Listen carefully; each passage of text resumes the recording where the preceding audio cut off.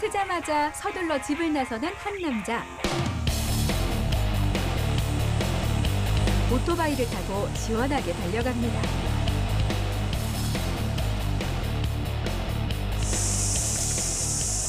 네, 안녕하세요.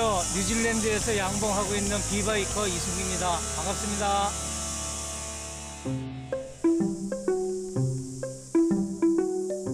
이곳은 이순기 씨의 일터입니다. 얼른 작업복으로 갈아입고 간밤에 별일은 없었는지 벌의 안부부터 살피는데요. 애벌레를 빼고 그다음에 로얄 젤리를 채취를 하고 거기에도 다시 애벌레를 집어넣고 그다음에 벌통에다 다시 집어넣는 과정을 3일에 한 번씩 계속 반복을 하는 거거든요. 여왕벌의 음식으로 알려져 있는 로얄 젤리. 쌀알보다 작은 유충 수천 마리를 하나하나 이식해서 채취하는데 그 과정이 여간 까다로운 게 아닙니다. 이순기 씨는 올해 처음 로얄 젤리 생산에 도전한 초보 양봉가입니다. 마누라가 병에 걸렸어요. 병에 걸려서 뭐 다 이제 완치가 됐지만 이 로얄 젤리가 병에 좋다는 그런 얘기를 듣고 가족들 건강을 좀 도움이 됐으면 좋겠다 하는 뜻에서 시작을 했는데 와서 막상 보니까 양봉 환경이 너무 좋은 거예요. 사업성도 너무 좋고. 그래서 요게 사업적으로도 충분히 가능성이 있다. 그래서 이제 시작을 하게 된 거고. 아직은 시험 단계. 한국에서 배운 로얄 젤리 생산법이 뉴질랜드 양봉 환경과 잘 맞아떨어질지 연구에 연구를 거듭하고 있는데요. 이제 육체적으로도 힘들고 그다음에 성실해야 됩니다. 특히 로얄 젤리는 매일 한 번 생산을 하면 3일 후에 채취를 하고 또다시 생산을 하고 이게 3교대로 돌아가기 때문에 생산이 시작돼서 끝날 때까지는 쉴 수 있는 날이 없어요. 주말 오후. 순기 씨의 작업장에 특별한 손님들이 찾아왔습니다.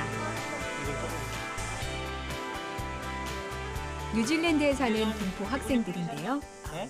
그런 맛도 느끼고. 맛이 어때? 꿀맛. 엄청 맛있어요. 시간이 날 때면 한국인 가족들을 초대해 양봉 체험을 할 수 있도록 작업장 문을 활짝 열어뒀습니다. 양봉 체험이 이게 쉽게 할 수 있는 체험이 아니다 보니까 되게 낯선 체험이긴 했는데 한번 그래도 아이가 동물들이나 곤충을 좋아해서 오게 됐거든요. 근데 와서 보니까 생각보다 벌이 귀엽더라고요. 귀엽고 혹시 집에서 키울 수 있으면 한번 키워보고 싶은 생각도 들었어요. 20년 넘게 무역회사를 운영하던 순기 씨.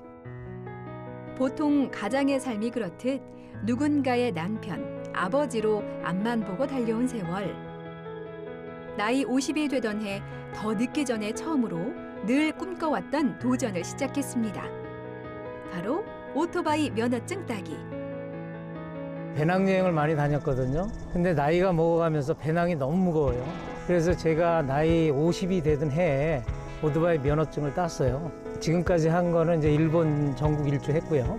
그 다음에 인도, 네팔, 뭐 동남아시아, 대만 거의 한 8, 9만 정도는 제가 탄 것 같아요. 그리고 앞으로 목표는 한 40만 킬로를 잡고 세계 일주를 마무리하는 게 제 목표예요.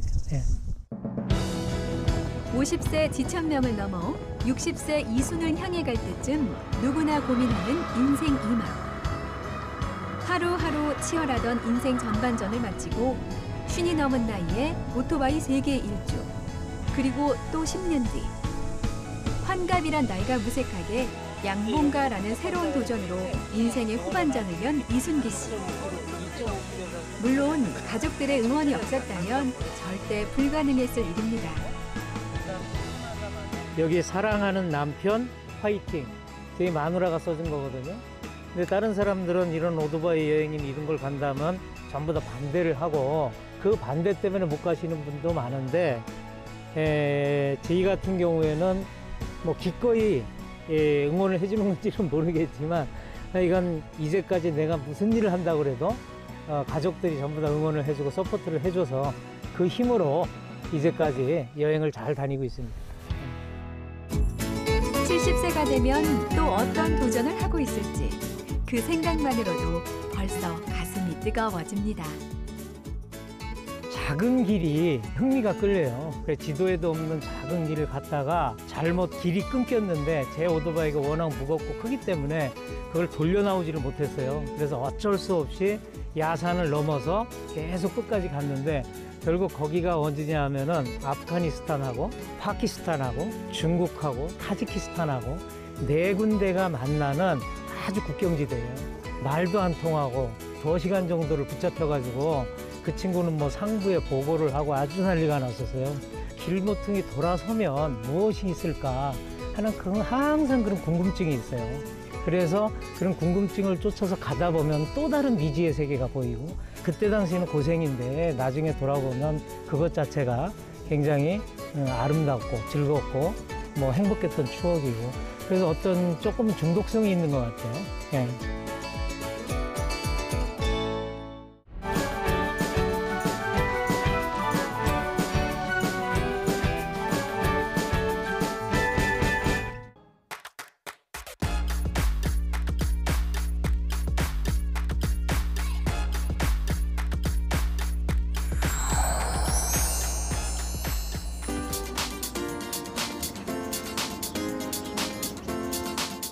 카파도키아 핵인싸예요. 걱정하지 마세요. 오케이? 들어가 나갈 때까지는 머리는 조심하셔야 돼요. 오케이? 대세공포증이나 그런 거 좀 느껴진다 막 그러면은 바로 알려주세요. 오케이? 외국의 흔한 한국인 가이드를 생각한다면 큰 오산. 현진 가이드가 한국어로 터키를 안내합니다. 재미있는 터키인이라 이름도 잼이라는 여행 가이드 무스타파 잼의 랜선 터키 여행 함께 떠나볼까요?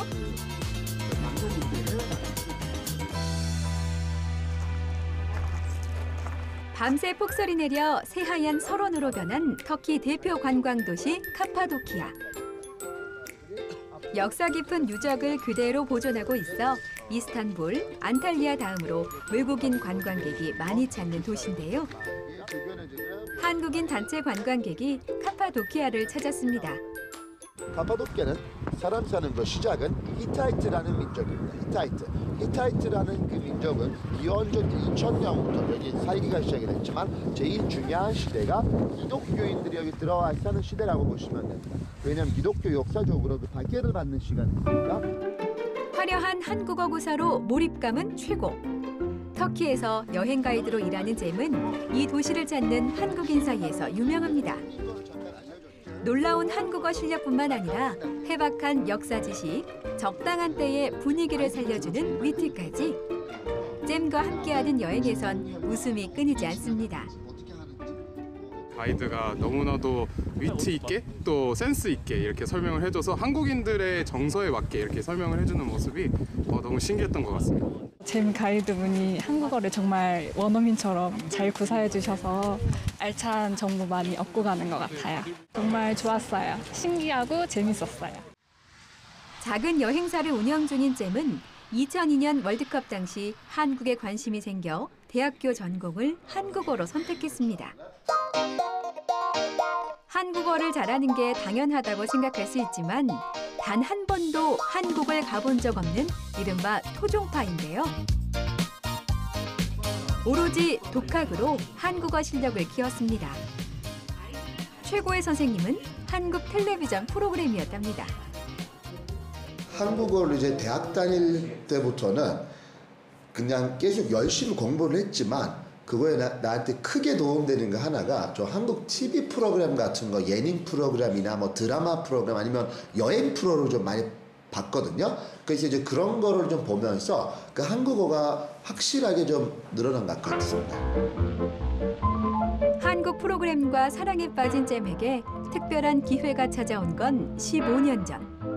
터키를 찾는 한국 방송사의 현지 코디 역할을 맡게 되면서부터입니다. 이후 이런 인연이 계속되면서 잼은 한국 방송 전문가가 다 됐습니다. 연예인들이 이제 버시킹을 하면서 돈을 벌고 그 돈으로 여행을 다니는 프로그램은 그 윤도현하고 하현우, 이현기라는 그 아이돌 그 친구가 왔고 그 다음에 김준영 개그맨도 그때 왔었습니다. 그런 건 이제 우리가 내가 코디를 좀 하면서 많이 했고 그 다음에 이제 마지막에 크게 한 건 하나 있었는데 그것도 비슷한 여행 프로 하나였는데 또 그것도 박명수, 허경환 그리고 그 한이 우리 알다시피 한이가 그때 왔었고 여행 프로그램, 여행 다큐멘터리 아니면 음식 다큐멘터리를 몇 번 여러 개를 했습니다. 그 다 해서 한 10개를 넘는 것 같아요. 지금 이름도 기억 못하는 거 여러 개 있습니다. 텔레비전으로만 보던 연예인을 눈앞에서 보게 돼 얼마나 신기하고 재밌었는지 몰랐다는 잼. 이제 새로운 인생 목표가 생겼습니다. 바로 한국 텔레비전에 출연하는 것. 꿈에 그리던 방송에 나와 갈고 닦은 한국어를 마음껏 뽐내며 터키의 매력을 알려주고 싶답니다. 한국하고 터키의 그 다리 역할을 좀 어떤 TV 프로그램에 나와서 하든지 아니면 약간 뭐 한국에 있는 그런 재미있는 프로그램이나 에피소드가 좀 있으면 그런 거에 좀 나와서 그런 것도 나누면 좀 좋을 것 같습니다. 조만간 한국 방송에서 만나고 싶습니다. 저를 기억해 주세요. 재밌는 점 잊지 마세요. 우리 조만간 꼭 만나요.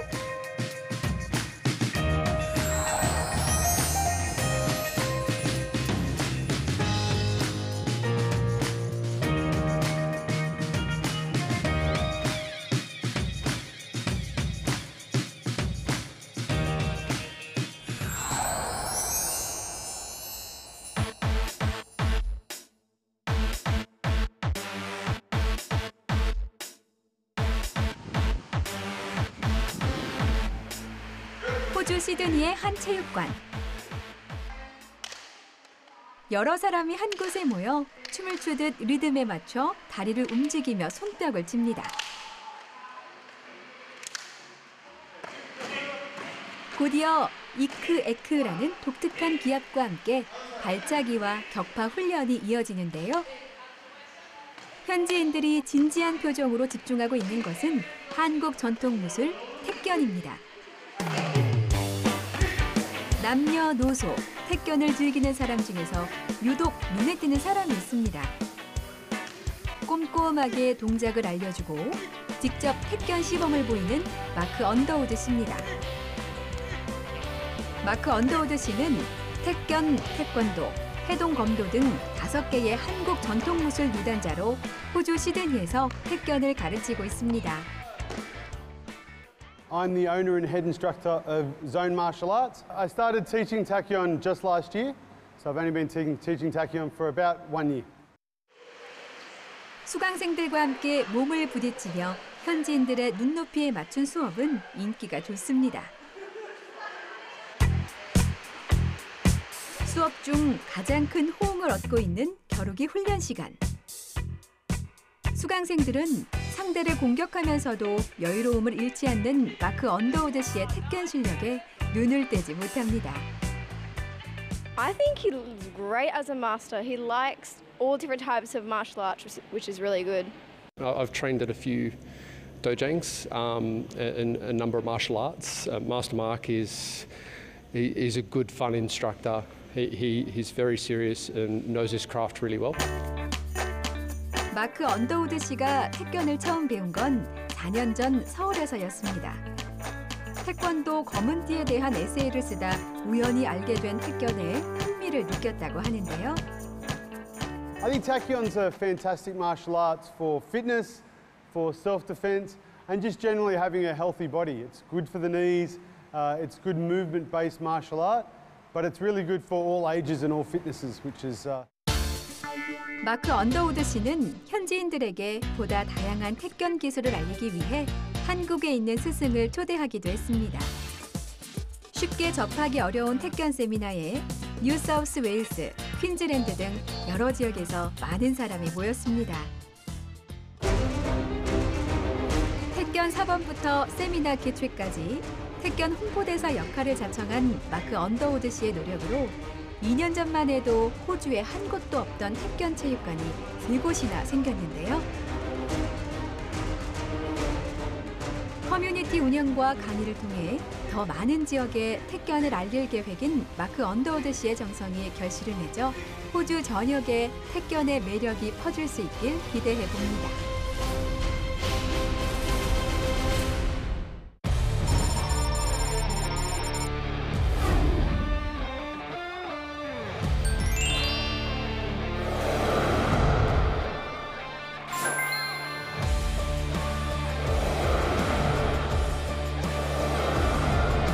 카우보이를 직접 만나고 하얼빈의 한 대학 인근입니다. 캐나다 에드먼턴에서 스위스 쭈리히에서 러시아 블라디보스토크에서 독일 함부르크에서 화이트앤월드